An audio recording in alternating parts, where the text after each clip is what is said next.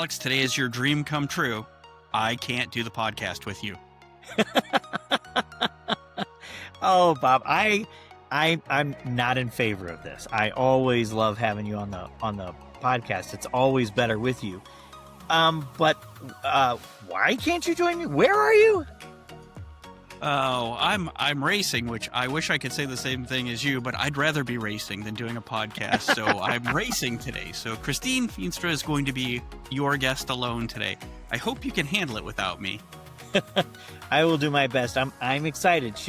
By the time we release this podcast, this won't be a super secret, but right now this is super secret, and I get one of the first chances to talk to Christine about it. So I'm really excited about the announcement. Well, do tell her I say hello, because she is one of my favorite people we've interviewed, and I'm sorry I'm going to miss her today. Absolutely. I will, my friend. Good luck. Good luck to you, too. Hi, everybody. Welcome back to another episode of Learning Through Technology, a K-12 podcast. I believe this is the second time in our podcast's history that we have brought a guest back onto the show. And so I'm very excited to be hosting Christine Feenstra, the Executive Director of CUE. Is that right? Well, before I answer that question, thank you so much for bringing me back. I'm really excited to be here. Just a side note, the last time we did this podcast, it was my very first podcast I've ever recorded, so it will always have a very special place in my heart. To answer your question, a lot has changed since we last spoke, and CUE has actually shifted a bit. CUE is now calie, Alex, the California Association for Leading Innovation in Education, or calie. Awesome. And that is the reason why we brought Christine onto the show. We're going to talk about that all in just a second. But I wanted to just spend a second explaining my co-host and really the star of the show. If you're a regular listener, you know that Bob races cars. And so Bob is actually out racing today and wasn't able to make this episode. But I got to show, and for those of you listening on the podcast, you might want to pop over to YouTube to see it because it is just that cool. But let me show. Yeah, I mean, we all already knew that Bob is cooler than me, but now you get to see just how much cooler Bob is than me. All right, so Bob is racing today. So he sends his apologies for not being able to join, but he was so excited, Christine, to have you back on the show and share a little bit about kind of what's changed. So let's start with, you shared that the name has changed. So what's changed? Tell us what's going on at the former CUE. Yeah. So, I think a lot of times when people hear about a rebranding project, they do think about a potential name change, an updated logo, maybe color scheme. But honestly, what I know now, especially having gone through this process, is that this is much bigger than a name change. This is really more about a redefined mission and vision for the organization. And so we started this process over a year ago. The board of directors and staff had been doing a lot of work around where we wanted the organization to go and how we were going to get there. And what we came to the realization of is that the way we were talking about the work we were doing was no longer super relevant in the updated kind of educational landscape. So CUE, for those of you that don't know, stands for Computer Using Educators. And our organization was founded in the early 80s when that was a very unique thing. And then obviously as time has changed and computers and then even, education technology has grown to be ubiquitous, so did our purpose. And so it was time to really take a look at the way we were describing the work that we're doing and make sure that it was relevant and that, current and future educators would respond to it. Yeah, that's great. I had known of the CUE organization for a really long time. And you told me on our last podcast, when was CUE founded? So this is up for debate a little bit. I think the organization people started gathering in the very late 70s and we were incorporated in the early 80s. Yeah. Okay. So this is a really long organization. In the early 80s, computer using educators was probably a really small sector of the total teaching population. Computer using educators is everyone now, right? The name was a little less specific than it really needed to be. Still, why the change? Why, especially when you've got a brand and a name that has such a legacy behind it? Why go through this change? Yeah, I love that question, actually. So I think it's a yes and. So we do have a name that people respond to and that they're aware of. I've spent the last 6 months going to different ed tech conferences across the country. And I cannot tell you how wonderful it is that when you meet someone and you tell them where you know, about the work you're doing, and they go, oh, Q, I got my start at Q. I learned that I could, coach teachers at Q, that sort of thing. Really important to us. And we take that really seriously. But it also has become confusing, like you said. And I love this story. I think it really captures just the name change so well. So I attended ISTE this year in San Antonio, and I met a TOSA who's about 30 years old from San Diego. So in California, TOSA is a really ubiquitous term, right? But that's a teacher on special assignment, right? Teacher that is coaching and supporting other teachers. And he was from San Diego, California. And so when I learned that, I went, oh my gosh, are you a Q member? Have you attended Spring Q, which is our conference? And he looked at me like I had 3 eyeballs. He had never heard of Q. And really? Then he asked me if it was like, if we were part of the Illuminati, the Q, that was what, and I went, oh, wow, this is awful, but also incredibly validating, right? And so I think it's really important from a brand perspective that the name of the organization represents the work that you're doing. And calie says exactly what we're doing. We're leading innovation in education. The other issue is that, we are often known as this conference for our big Spring Q conference in Palm Springs every year. But we are more than that. We're more than a conference. And we really want to signal to folks that we are, we're a statewide leader driving innovation across the K through 12 education space. Yeah, that's excellent. And in fact, actually, one of the things that I only recently learned of is, so CETA is the State Education Technology Directors Association, right? So it's the people who are sort of the leading ed tech at the state level. In California, it's sort of a consortium. Like in a lot of states, it's the state tech director. But in California, it's the executive director of LA County Office of Education, SITE, and Q. Is that right? Did I get that right? Yes and no. Okay. Interestingly enough, I actually am privileged to sit on the CETA board. I'm the affiliate representative. So CETA has their primary members are the state ed tech director, the offices of the state ed tech directors. But California, we don't have an office of ed tech. Right. And so CETA has affiliate members, and that's where they bring in sort of partner organizations that sort of help create that consortium and fill that space. We also work very closely, obviously, with the California Department of Education, but we don't have an office dedicated to ed tech. Yeah. And so you're part of that representation, right? Which is really great. Okay. Taking an organization the age of yours. So one of the things that I kind of pride ourselves on at Educational Collaborators. Yeah, we're an ed tech consulting organization, but we really started out of change management. And we were really born in the late 90s, early 2000s when one-to-one was kind of coming about, right? And one-to-one was, the challenge with one-to-one was not, enormous logistics challenges, but the real challenge was just sort of the change that happens in a classroom when a student now has access to a device that has more information, not wisdom, but more information than really the entire faculty combined, right? And so you can't just drop something like that in. You have to manage that through a change management process. What did that look like for you guys? You mentioned it was a year. What'd you guys do over that year? Yeah, it's been extensive, and I will just admittedly say that I've learned more about branding and change management than I ever thought that I would when I attended this role. For us, it was really about communication with our members and stakeholders. So and being as transparent as possible about the process. And so we made the announcement at our conference in the fall that this process was starting. And then we put together a series of focus groups and stakeholder interviews and surveys. The board of directors was involved in every step of the way.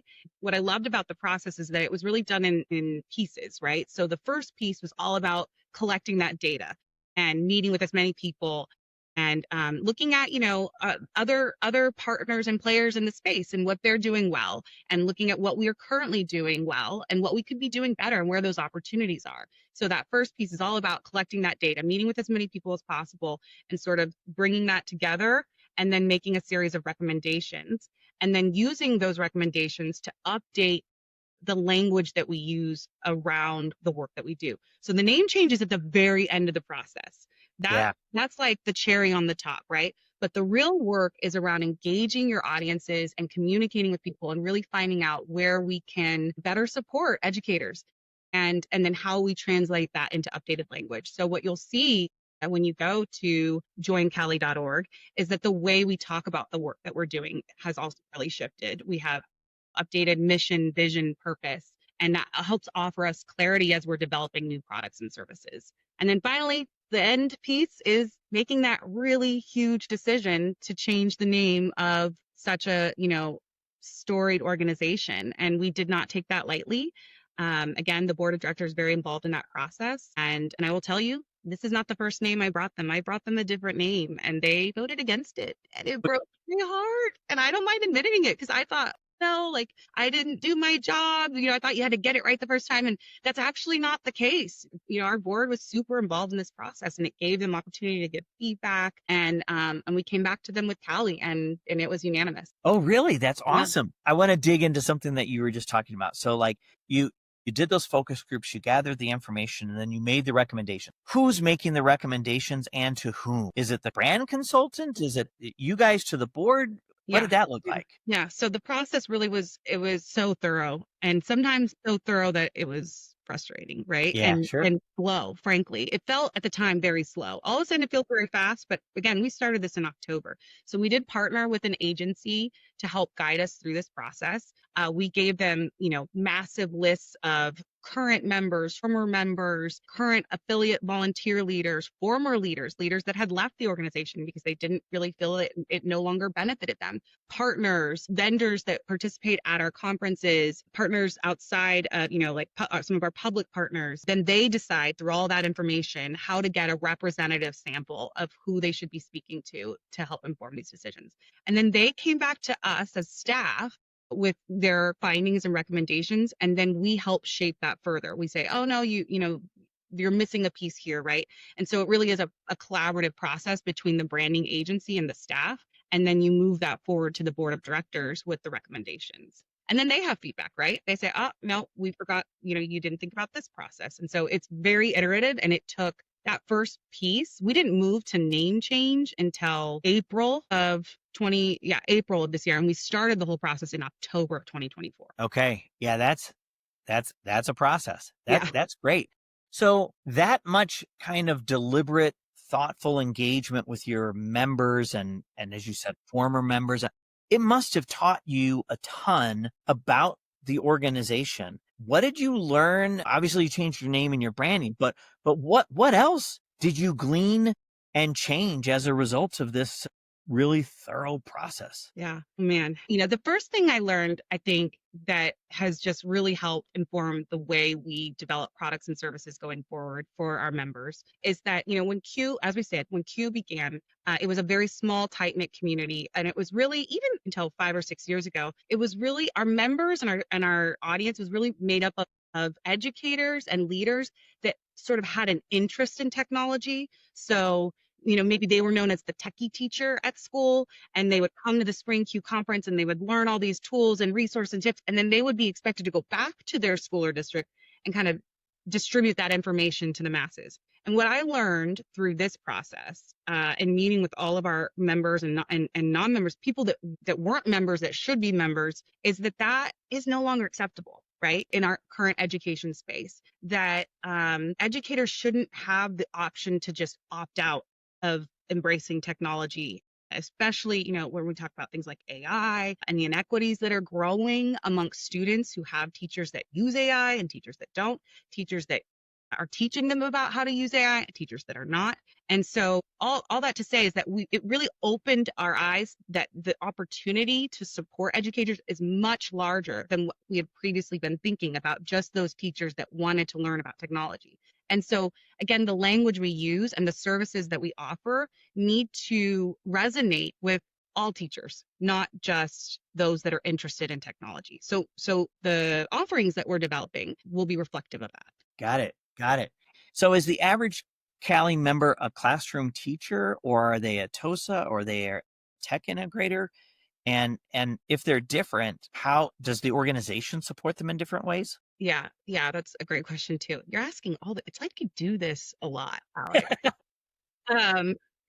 Part of that process was going through and identifying who our audiences are, right? And how we service them. So, you have sort of a core primary audience, you have secondary audiences. Our typical Cali member, there is no typical Cali member because education is an ecosystem, right? It's a huge ecosystem. And so we will be and are developing products and services to serve anyone involved in that ecosystem. So yes, the classroom educator, we want to make a difference. We want to get as close to kids as possible. And so we will always service and support classroom educators, but it can't stop there, right? So administrators and leaders need support and guidance. And then, there's also the IT side of the house. That's not our primary audience, right? But IT and curriculum can't live separately. There has to be that collaboration. So we continue to develop and roll out these new offerings, is that there will be different supports for each of those kind of buckets. Awesome. That's great to hear.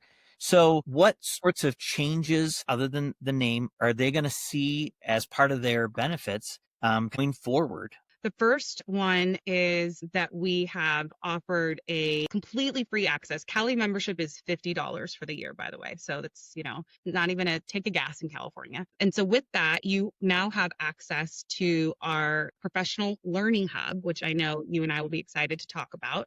Yeah. This is on-demand PD for educators. It includes micro courses and learning paths. You can get university credit.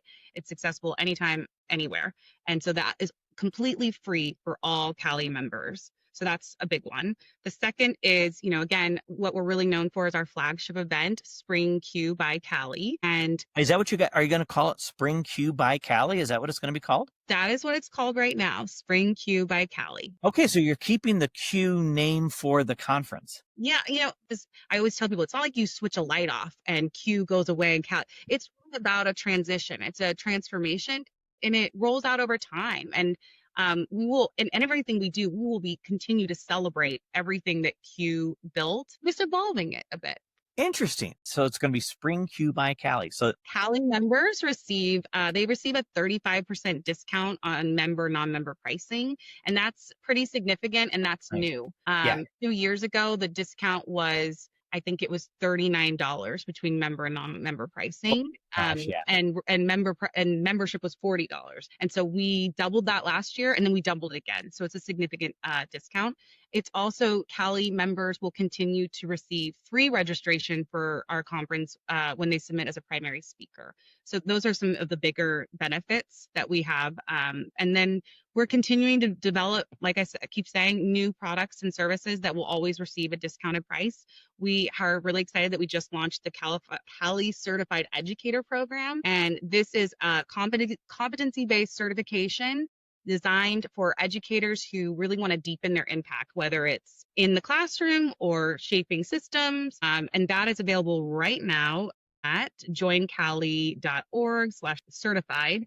And you can learn all about that program. And so there was member and non-member pricing there as well. So that's great. I want to poke a little bit on the professional learning hub, right, that you guys have, because this was sort of born out of conversations that you and I had after you were on our podcast over a year ago, not long after you had just started as the executive director, right? This professional learning hub is a collaboration between Cali and educational collaborators on our preferred platform that we partner with for years, MobileMind. And so it's a nice peer-reviewed, research-based professional learning platform that educational collaborators put some content on to make available to your members. And then also, Cali has a team of people who offer professional development. And you guys also just released multiple learning paths with AI content, which is just awesome. Can you maybe share a little bit about, because your team has grown as well in this. Yeah. Speak a little bit about some of the commitment that you guys have made to the professional growth of your member base. Yeah, absolutely. So we were really excited to expand our team this year. Our director of programs, Ray Fearing, she is, I always love to say she was my first hire. I can't take credit for her being in the interview process because it was already halfway done when I got there. But she was my first hire, and I will scream that from the rooftops. She started a month after I did at Q/Cali. Ray is she's a former educator herself. So she's 22-year, teacher, principal, administrator, and she just has, and a former Q member as well, and has so much passion for the organization and for the work that we could be doing. And so when she came on, it's been her like primary role to continue to be able to refine the member benefits that we were offering people. And quickly after you and I started chatting and you shared about what was available on the Educational Collaborators Mobile Mind platform, we realized that that would be a key benefit that we wanted to offer folks. And we loved the idea that we could continue to add courses regularly because obviously, talk about AI evolving, right? Well, this stuff changes so fast. Yeah. Constantly changing, right? And so what was attractive to us about this is that there was already this existing content that is great because we want to be able to meet everyone where they are, right? So there will be people that really need some foundational course skills, and then there will be those that need some advanced offerings. And so Ray was just able to hire a new full-time program specialist this year, and just a couple months ago. And so Ray, and her name is Tiffany, and Tiffany and Ray have been just, I mean, it's incredible how quickly they move and are just adding content to the platform every month, and will continue to do so. Yeah, it was really exciting for me to see the calie content make its way onto the platform, and I know so much is happening, and so I'm so excited because it was fun for me when we partnered with you guys and had a platform that brought value to your members. But now that you are working within your organization and putting out more of that content, it just adds even more value to the ridiculous value your membership already is. And so when we talk to schools, I always ask, used to ask, are you Q members? Now I'll be asking, are you calie members? But as I chat with them, I always say, if particularly your tech teacher leaders are not members, that's a no-brainer. It will be the best dollars you have ever spent on your school budget to be members. Thanks for saying that, Alex. And just another update to share is we actually now offer institutional memberships. So we weren't able to do that before. I could talk about this for a while. We really have been working to refine our operations at calie. And so we have a, new growth focused database, just, simple things like that. You all have all seen, we have a new website. And we heard from our community that, there were different schools, districts, county offices that wanted to register all of their, teams for membership. We had a kind of a cumbersome process, if I'm honest, before. So now you can purchase institutional memberships where you can assign seats to staff. So if the positions change and you need to swap somebody out, we make that really easy for you now. And again, $50 a person. That's awesome. That's great, because that is certainly a hallmark of today's educational landscape. There's just a lot of movement right now. Yeah, absolutely. Yeah. Well, Christine, thanks so much for coming back on the show. This was great. You guys have done so much amazing work over the last year or so. It's just been really incredible. And thanks for letting us be sort of a part of your community. We enjoy it. No, thank you, Alex. We appreciate your partnership so much. Thanks for giving me the opportunity to share out about all these exciting changes and more to come. Oh, Bob, you missed a good one. I mean, not only did we talk about the exciting announcement, but we talked a lot about change management, and it was a great interview, great conversation. Well, now I'll have a reason to listen so that I can learn the secret. Alex has kept it from me even. Well, all right. Viewers want to know. I want to know. Like, how'd you do? How'd you do in the race? I won, surprisingly enough, right? I first overall in your category. First overall, hard to believe, huh? Do they break it down by old people and regular people, or no? I had to beat regular young people too. I had to beat real racers, young racers. So, yeah, it was quite the weekend for me. But awesome. Probably not as exciting as for you and getting to interview Christine by yourself. My friend knows me. All right, Bob, until our next episode, and congratulations. Thank you, Alex.